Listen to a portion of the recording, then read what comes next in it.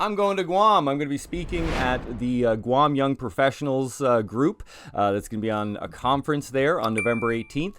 And I got some exciting content to share. If you're seeing this before then, I hope to see you there. If you're seeing it afterwards, I hope you see a replay or something. It's going to be a lot of fun, and I look forward to visiting the island. One of the principles of memorable marketing is that you have to rise above the noise. You have to come up with copy and ideas and concepts that are very powerful and that separate your message from the pack. So first of all, how do I know what the hell I'm talking about, right? If you've never seen me before, I'm a 2-time Guinness World Record holder for greatest memory. Got the certificates right up there if you want to check.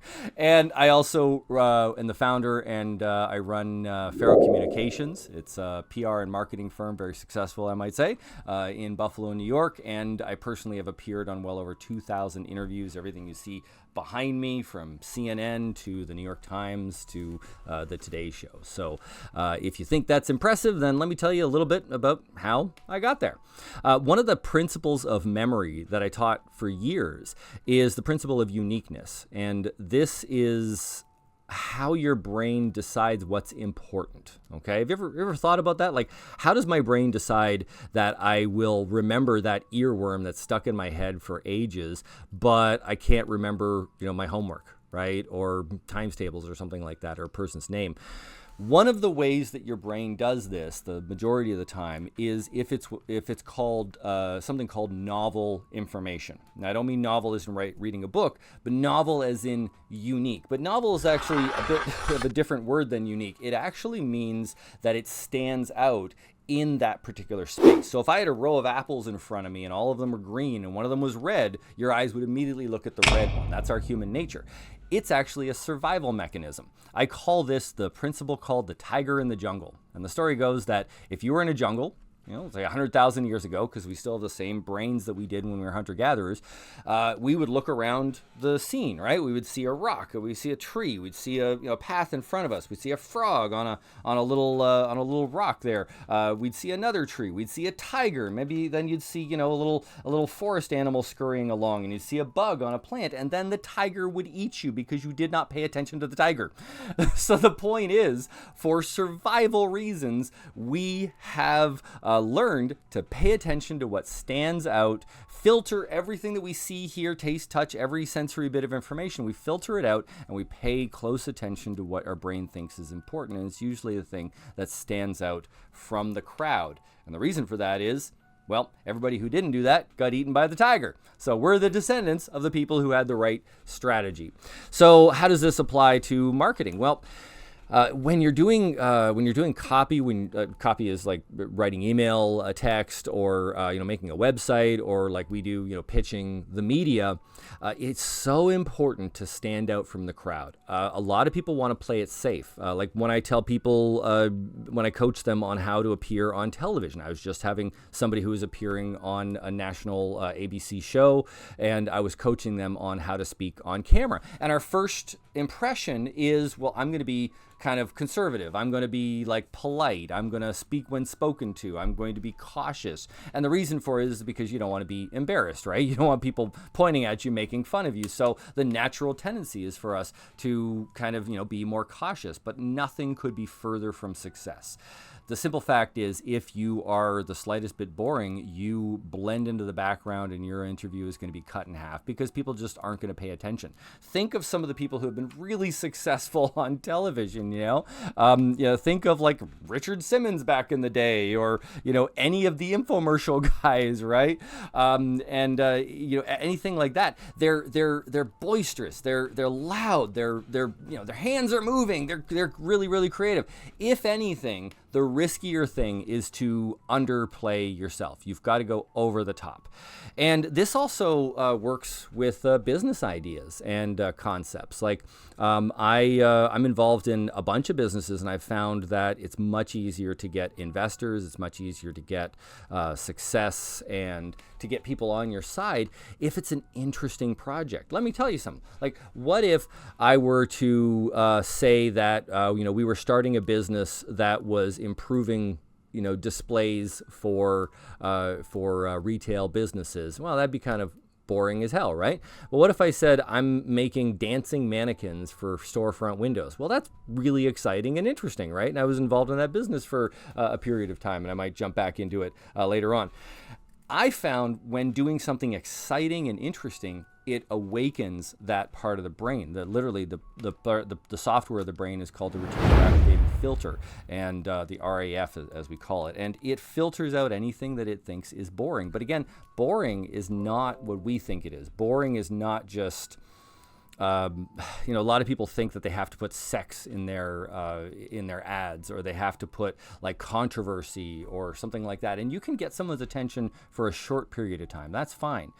But really what you're actually aiming for is uniqueness. You want to be powerful and stand out from the crowd. One of the other principles for memory also has to do with how we sense information. So if you're doing anything on video, for example, you're only seeing me from here up, right? So you're not seeing my full body. You're not seeing me in 3D. In other words, I am not acting in front of you in the way that I would act if you met me in person. But your brain still thinks you're meeting me in person because we're making eye contact, hopefully, right? So what's going on? Well, as a result, your brain is only getting half or a quarter of the information that it normally would get if you saw me in person. So of course I have to be energetic and alive, and I have to talk fast and things like that. That's why some of these videos do very well, and the other ones that would be speaking at a regular tone, the type of pace that you would normally speak in person, pausing every once in a while like this, it gets boring as paint. Watching paint dry, right? So keep that in mind, that the first one is that your brain needs something novel, something interesting because of that tiger in the jungle principle. And the other one is that you want to make sure that you understand how the brain gets stimulated and what actually is boring to it. And what's boring is dependent on the amount of information that it sees at any given time. Again, you're only seeing a quarter of me and my energy, right? So I've got to be more energized. And also it finds things that are novel, not necessarily those things that are shocking or controversial. So you don't have to go there if you're not comfortable with that. And like these few insights, they seem common sense when you say them out loud like this, but it has absolutely changed the course of so many of our customers' businesses. It's absolutely changed everything. When we're trying to pitch our clients into a publication, there's a couple of ways you can do it. You can describe what the client does. You know, they're an expert at XYZ, and that's fine. But if you describe it in the form of a story, if you give a situation, then you can take up the exact same amount of space, but immediately you get someone to visualize that situation. So I could describe my client as an expert in communications, or I could say, you know, so-and-so is constantly on a plane traveling to different companies teaching communications. Right? And I gave you a situation, something that you can visualize. Now, why are you visualizing that? It's because human beings are a storytelling species. This is what we do. We listen and tell stories. That's one of the reasons why you're scrolling on your phone all the time, because you crave these stories. And when you're told something in the form of a story, even something as quick as that, it conjures some sort of image in your mind. And even the people who have some, in that category where they can't visualize things in their mind's eye, it still conjures a sensory map. That is, you still perceive it in some way. It's a survival mechanism. Now, why is this happening? Well, it goes back, hundreds of thousands of years, as a lot of things do, that we were able to share information. One person would go on a hunt, they'd come back and say, hey, you got to watch out. After you go over this one little hill, there's a bunch of quicksand or something. By the way, growing up, I thought quicksand was going to be a much bigger problem than it really turned out to be. You ever when you were a kid and you saw all these cartoons and you saw quicksand everywhere, and I was like training myself to watch out for quicksand, and it's just not a problem. That and jetpacks are like the two biggest lies of my youth. Absolutely. So how do we actually accomplish this? Well, let's say you're going in for a job interview, or you're talking to a client for sales, something like that, and you can describe a situation. Let's say it's your credentials. I'm a public speaker. I've spoken on the college circuit. I've spoken to tons of colleges, for example, right? So let's say I want to talk about that. I could say, hey, I've spoken to a ton of colleges. I've been there. I've done the circuit. I'm very trusted in the community. That is one way to describe it. And in some cases, you do want to just say the base information. You just want to be direct.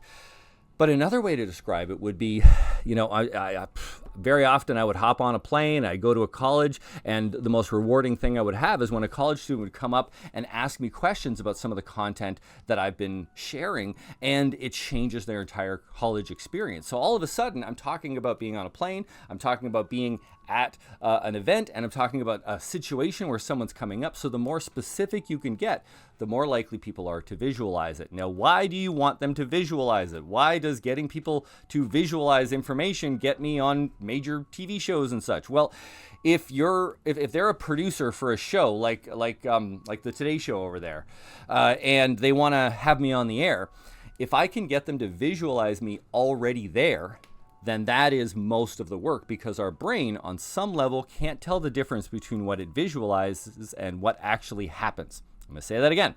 On some level, your brain can't tell the difference between what you imagine and what is actually real. Now, that doesn't mean you're crazy. It actually means that we are a storytelling people, like I said before. When our brains imagine something happening, it goes through the same pathways that information that we actually see, hear, taste, and touch actually goes through. So the same pathways in the brain that our sensory information goes through, so does our internal map of the world. And this is really important. It's the reason why you can close your eyes and walk through a room, without stubbing your toe. Hopefully, because you can visualize the room around you. But it's also one of the reasons why we cry at movies. Think about this. Most of the actors in all these movies, they're making millions of dollars. They are not suffering at all, right? But in all of these movies, they can play somebody who is very low income. They can play somebody who has health problems, things like that. When I saw Tom Hanks in Philadelphia play somebody with HIV, I believed it. I followed along. My emotions went with that story. And I know logically Tom Hanks is not a gay man in Philadelphia with HIV, right? But emotionally, that's where you want to get people. And if you want to sell to people, by the way, you have to get them emotionally. This is kind of a little dark psychology hack, but everybody typically, aside from a few handfuls of exceptions, if you consciously fight this and you consciously do something on purpose to change your habits, everybody makes decisions that are buying decisions emotionally and then justifies it with logic afterwards. This has actually been proven in neuroscience studies as well, that we make emotional decisions, whether we like somebody, whether we want to hire somebody, by the way, whether we want to buy a product, and then we justify it with logic afterwards. So if you want to be persuasive, if you want to get that job, you want to get that promotion, you want to get that sale, get people to visualize what it is you are doing, what it is you are successful at. And that has to do with telling a story, has to do with making an introduction to the story, making it feel real. So start with descriptive language. Start with a situation rather than a credential, and you'll find that you're being more memorable all the time. This is just one hack of many, many hacks that I'm going to share with the Guam Young Professionals, as well as all you viewers out there on YouTube as well. We call this memorable marketing techniques, and I'm putting it together in a memorable marketing course that will be available on brainhackers.com very shortly. And the whole idea is, if you understand how the mind works, you're not going to be struggling to connect with people. My goal is not to raise a whole bunch of people who can manipulate with psychology, and sell and everything like that. My goal is actually to help you connect with people. That's what sales should be all about. It should be connecting the customer to what they really want and understanding what they really want. The way to get there is to understand how the mind works. So we're going to be covering memorable marketing, and also during the talk, I'm going to do my famous names and faces exercise, where everybody in the room is going to learn how to memorize people's names and faces, and we'll break up into groups, and people will learn each other's names and a bunch of details about them, and you're going to know all the memory techniques behind that. Yes, it is very possible. In fact, we do it all the time. Anybody can learn how to memorize 10, 20, 30 people's names in a row, or even a couple of hundred in one setting, and this is incredibly valuable for networking. All right, well, till next time, I hope you use some of these tips, and I'm looking forward to going to Guam November 18th at the Guam Young Professionals Conference. See you there.